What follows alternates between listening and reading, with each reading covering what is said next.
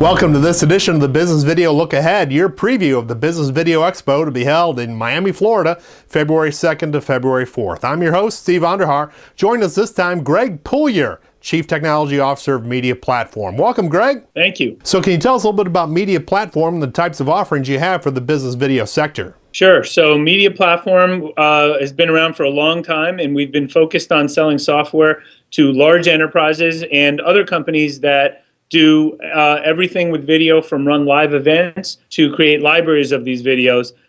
We focus hard on enterprise class features such as high availability, high scalability, and high customizability and integration into enterprise environments. Now, Greg, you've been competing in the business video sector for more than 10 years. You're highly qualified to be appearing on the panel that's going to be at the Business Video Expo, the Business Video Thought Leader session that's going to be held on February 2nd. Can you tell us a little bit about some of the themes you're going to talk about at that panel session and some of the concepts you're going to try to emphasize during your presentation?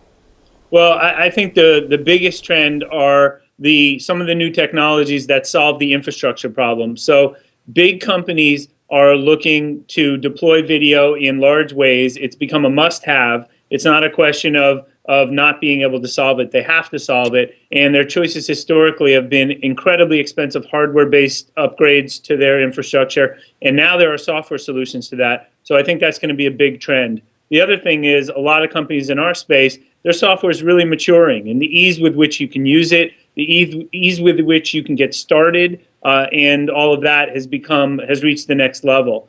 So I think those are going to be some of the big trends. So I guess we're coming to a bit of a crossroads in the business video technology sector. You have increasingly sophisticated technology platforms being made available by technology vendors like MediaPlatform, and you have end users who have access to easy-to-use tools that make it simpler to both create and distribute video content for business communications. As we see these trends begin to come together, does it set the stage for accelerated growth in business video adoption?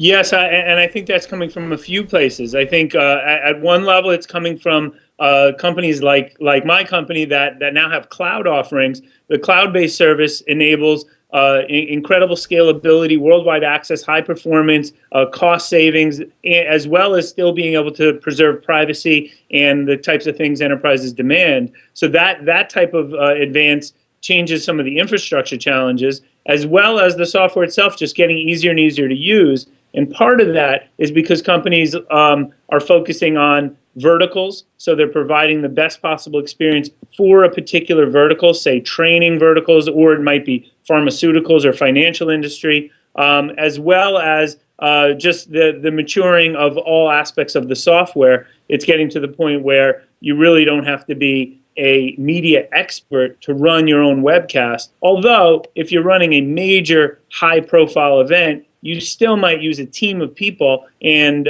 use some more complicated workflow, including redundancy on your encoders or things like that that you might not have a single person do.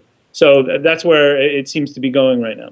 Well, Greg, we appreciate your insight. Thanks for taking the time to visit with us today. Great. Thank you, Steve. That's all the time we have for this edition of the Business Video Look Ahead. For more insight on the business video marketplace, be sure to join us in Miami, Florida, February 2nd through February 4th for the Business Video Expo. For the Business Video Look Ahead, I'm Steve Underhar. Thanks for your time.